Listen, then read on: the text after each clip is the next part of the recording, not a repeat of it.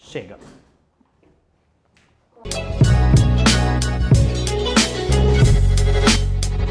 Olá, telespectadores, tudo bem? Hoje o tema vai ser praticamente apoteótico. Estamos chegando na era do pós-capitalismo. Será que esse dia chegou de verdade? Vamos ver. Primeiro, antes de falar que é o pós-capitalismo, acho que vale a pena a gente falar muito sobre o capitalismo, né? Capitalismo é esse modelo que a gente vive hoje em dia. O que é mais importante a gente parar para perceber é que tudo isso é uma ficção, na verdade. Parece loucura o que eu tô falando, mas é verdade. Isso foi criado pelas pessoas. Nada é absolutamente real a ponto de ser imutável. O capitalismo foi uma maneira que as pessoas, os governos, os estados e os seres humanos encontraram para poder se organizar, né? Se você parar para pensar, o dinheiro é uma grande ficção também. Quem garante que um pedaço de papel vale alguma coisa, né? A gente foi criando esses significados dentro da sociedade e por isso a gente acredita hoje que o dinheiro vale, que a moeda existe, que o dólar está caro ou barato. Mas a gente tá chegando nesse momento em que a propriedade privada, ela tá começando a criar um bolsão de desigualdade tão grande, criar diferenças que são tão gritantes entre as pessoas que isso tá começando a ser revisto, na verdade. Desde as menores ações da nossa vida até os plutocratas, que são aqueles caras que são donos historicamente da maior propriedade do mundo, seja ela de terra, ou seja ela no âmbito da informação, seja ela no âmbito bélico. E a gente está começando a falar muito sobre esse momento do capitalismo consciente, né? O que é que isso significa? A gente percebeu que o dinheiro não traz felicidade. Isso é uma premissa recente, porque se você for ver 30 anos atrás, todas as propagandas, você conversava com as pessoas só falavam que o dinheiro e o sucesso eram o modelo para ser feliz. Isso está começando a cair por terra, porque a gente está percebendo que o dinheiro não traz mesmo a felicidade. Obviamente o dinheiro traz muitas coisas positivas, né, gente? Mas existe um modelo que está entrando em exaustão. E aí é que surge essa história do capitalismo consciente, que também é muitas vezes chamado de pós-capitalismo. É como se a gente estivesse revendo os nossos valores e criando um novo modelo para sobreviver. Isso é muito recente, isso é muito incipiente. Tem poucos autores que estão começando a escrever sobre isso. Tem um especificamente muito bom, eu acabei de comprar o livro. O nome do livro é Pós-Capitalismo, um guia para o nosso futuro. Paul Mason já está traduzido em português, você pode comprar em qualquer livraria virtual, chega na sua casa, é maravilhoso. E o Paul Mason fala que a gente está chegando nessa fase derradeira do capital. Ou seja, vamos só voltar um pouquinho na história para entender uma coisa. Antigamente as cidades não existiam, né? As cidades eram feudos. Era outro modelo de negócio. Existia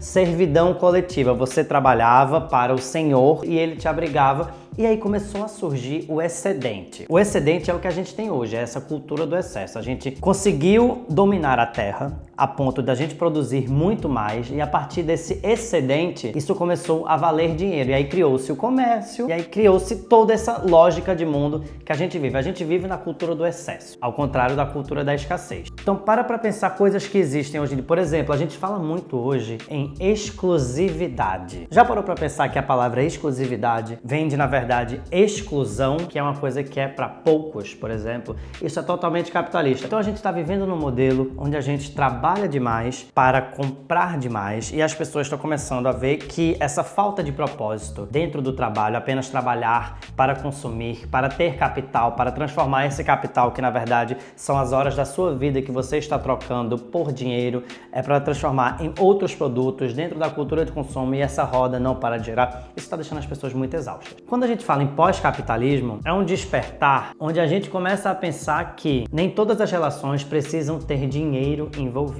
E isso é um insight meio novo, porque a gente está muito acostumado com o dinheiro, né? E o dinheiro é uma coisa que rege muito as nossas vontades, porque você precisa do dinheiro para ter acesso a determinadas coisas ou ser excluído de determinadas coisas. E isso também vem junto com essa iluminação de que a gente está esgotando mesmo os recursos da terra, que está realmente chegando num lugar que já é insustentável. A gente redefine o que é posse, né? E o quanto a posse significa um status de verdade pra gente. A partir do momento que a gente não precisa mais dessas validações de status, porque a gente consegue democratizar o acesso, é aí que começa a surgir o pós-capitalismo. Mas espera aí, Caio Braz, o dinheiro vai acabar? Claro que não vai acabar. Quer dizer, Nunca se sabe, né? Se alguém inventou um dinheiro, o dinheiro pode ser desinventado também. Mas a gente está entrando nessa era onde as empresas estão buscando esse propósito, porque a gente não pode mais apoiar empresas que não têm propósito, seja ele ambiental, seja ele social, seja ele filosófico. A gente precisa buscar transformar o nosso dinheiro, que é a nossa energia, em experiências que tenham a ver com o nosso propósito. Então é essa mudança inteira de pensamento que está trazendo o pós-capitalismo para a gente pensar, né? E aí é por isso que as pessoas estão com esse retorno para a natureza tão intenso, é que a única coisa que é realmente de verdade é que a gente é bicho